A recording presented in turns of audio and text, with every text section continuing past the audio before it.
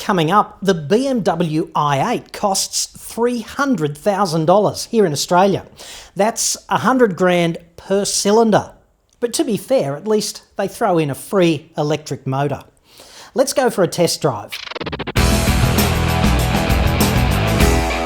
The BMW i8 is what you get when Greenpeace designs the next Batmobile in Munich, against a set of contemporary benchmarks, sustainability, stuff like that, ratified by a committee dressed from head to toe in hemp. And I absolutely can't believe how much response this car gets in traffic. And all of it friendly. What's the world coming to? What good is Batman in a world without antisocial behaviour? Something should be done.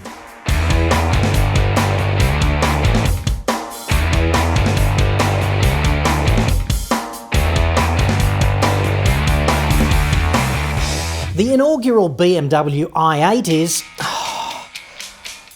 I've got to take this, sorry. Yes, Commissioner? Look, yeah, no worries. The Penguin, the Riddler and the Joker. Bloody hell, it's all happening in Gotham City, isn't it? I'll get right onto it. Look, I'm just in the middle of something right now, but it is absolutely a priority. You're still right to have Catwoman wrapped and sent to my room, yeah? Awesome. I always enjoy that. Yeah, thanks a lot. Okay, ciao. Well, this is awkward. In the immortal words of Adam West and Burt Ward, atomic batteries to power, turbines to speed. Roger, ready to move out.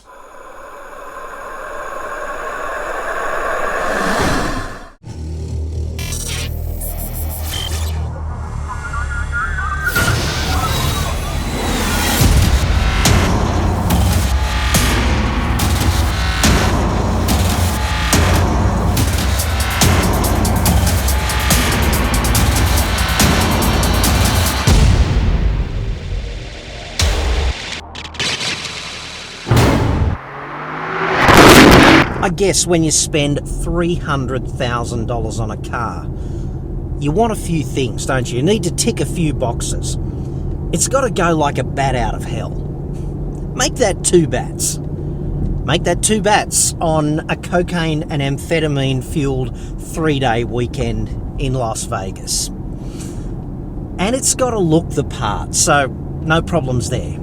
And the final thing, I guess, is exclusivity, because you don't want to turn up to King Farouk's 376th birthday bash and have to park next to another BMW i8. You want to feel like you're one of a kind, right? I guess that's where the i8 has it all over the Aston Martins and the Maseratis of this world.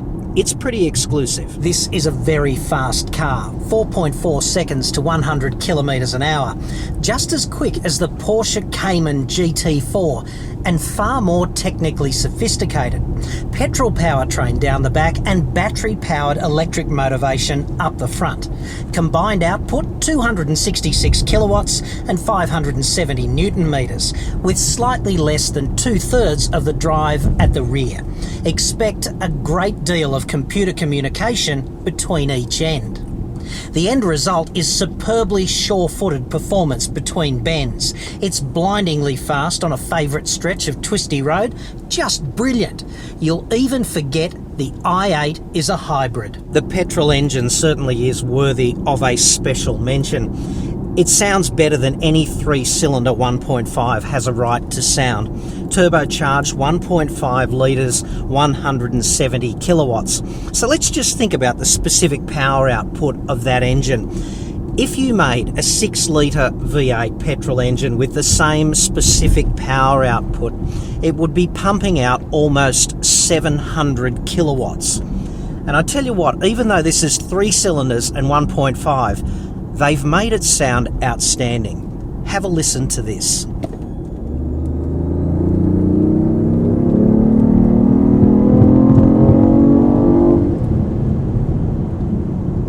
That's the sort of noise that gets you from 0 to lose your license in 4.5 seconds, and it just sounds so good. What a pity it's fake. BMW calls it active sound design, but they really mean fake engine noise. There are actually 3 different fake engine noises, one each for Comfort, Sport and Eco Pro drive modes. Sadly, they're about as authentic as a downloaded ringtone, but they sound amazing. I hate that they sound so good. And of course, the electric motor remains silent, as you'd expect. So I played with the home charging option last night. I plugged the i8 into a standard wall socket using the charger that comes with the car for 3 or 4 hours. The trip computer tells me that doing that added just 12 kilometres to the range, up from 368 to 380 kilometres. And you might say to yourself, why bother? It seems like a lot of effort for such a small distance. I guess the main reason for me this morning was big spirited drive on the agenda, and with a flat battery you're going to be 96 kilowatts down on power, and nobody wants that. The inside is cramped but well appointed, and the i8 comes with all the expected BMW connected drive goodies. It's quite cramped, of course, and getting in and out is never going to be wholly dignified, especially if you're a chick in a Micro Mini. If you look behind you on the way in, there even appears to be a back seat. Well, that was dignified. I think we'll call a spade here. This is not really a back seat, at least it might be in Guantanamo Bay, but out here it's really a parcel shelf with a seatbelt and upholstery, isn't it? So looking forward to getting back out. The back seat might qualify as a cruel and unusual punishment, clearly not ratified by the Geneva Conventions. But it does come with ISOFIX attachment points. Come to think of it, fitting a baby capsule is probably the only kind of reproductive activity possible in that incredibly cramped environment.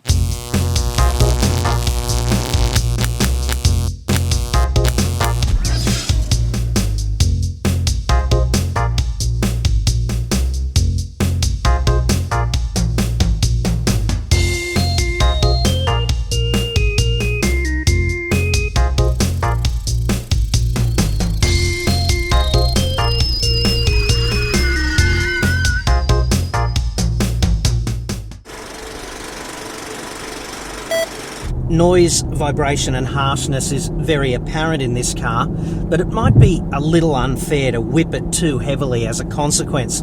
You know, at times the petrol powertrain up the back just isn't turning and burning, so it can't offer any vibrations that tend to mask things like tyre noise and road noise.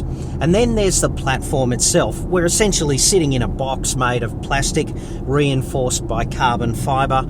I'm tipping it's pretty rigid, so anytime you drive over even the most minor defect in the road, you're going to find every loose filling in your head. Let's build a BMW i8 right now, because it's certainly not laid out like any car you've ever driven. Amazingly, the production version is very close to the concept car that debuted in 2011 at the Frankfurt Motor Show and then toured the world. Realistically, the i8 is not designed to be comfortable or luxurious. That's good news, because it's neither of those things. Bitching about that is just as dignified as buying a house near the airport and then protesting about the aircraft noise. Like, what were you expecting?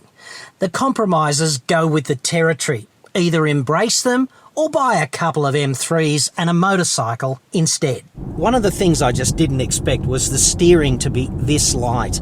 It's not imprecise, it's just light. But frankly, I've got a Renault Sport Clio and it's got pretty good steering. In fact, it's a lot better than the steering in this i8. And you can buy 8 Renault Sport Clios for the price of one i8. The other thing is the standard Recaros in the Renault Sport offer more support, and they're also more comfortable than the seats in this $300,000 supercar. Thankfully, the steering does get a bit heavier in Sport mode, which is just a leftward nudge of the gear lever away at any time. That stiffens the suspension and keeps the petrol engine continuously alight. Sport is the most engaging of the 5 different driving modes you can select in an i8. I've been driving this car for 2 days now, and the overarching question that I haven't been able to answer yet is, what exactly is it and who exactly is going to buy it and why? And I guess taking those questions in order, what exactly is this car? It's a rolling showcase of new technology, drivetrain technology, battery technology, materials technology, all of that advanced stuff. And it's beautiful in that Batmobile way. Who's going to buy it? Well, obviously somebody with a great many boxes already ticked in his or her life. So the price is really kind of irrelevant. It's just something that you can afford and you say, I want it, I'm going to have it. What you can't do, though, is tell me that it's a green option. It's absolutely not a green car. And if you buy it for those reasons, you're a kind of well-heeled fraud in my view, because, you know, if you've got $300,000 to drop on a car, you are one of society's biggest consumers of resources and energy, and no amount of greenwashing your life with a car like this allegedly is going to undo the fact that you are per capita one of the biggest consumers of energy and resources on the planet. You've got your real supercars, which are intimidatory and sometimes downright scary, like 120 kilograms of bouncer in an Armani suit with a certain sadistic gleam in his eye. If that's what a supercar is, then the BMW i8 certainly doesn't qualify. This i8 has all of the trademark cramped supercar compromises, but ultimately, you know, it lacked the demeanour that boils down to mess with me and you're dead. To me, the i8 felt more like a downloaded supercar app than driving the real thing. And in some ways, you know, that made it better, more practical. It's certainly distinctive and exclusive, it's a technical knockout, and it's got the look. BMW M3s and M5s, well, they blend right in, except to those in the know. But the i8 is not the kind of car you could ever drive under the radar. It sticks out like the nuts on a rearward-facing Great Dane. Pleasingly though, there was only friendly interaction in traffic. Lots of phones taking lots of shots of the new i8, lots of in-car conversations in gridlock. And I did get a lot of suggestive looks from chicks.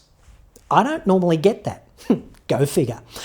I'll have to see what Catwoman thinks about that and a range of other important issues, maybe this evening, if she's not tied up. Don't forget to like this video if you liked it, leave a comment below to let me know what you think, subscribe for regular updates, and visit the website to save thousands on your next new car, autoexpert.com.au. I'm John Cadogan, thanks for watching.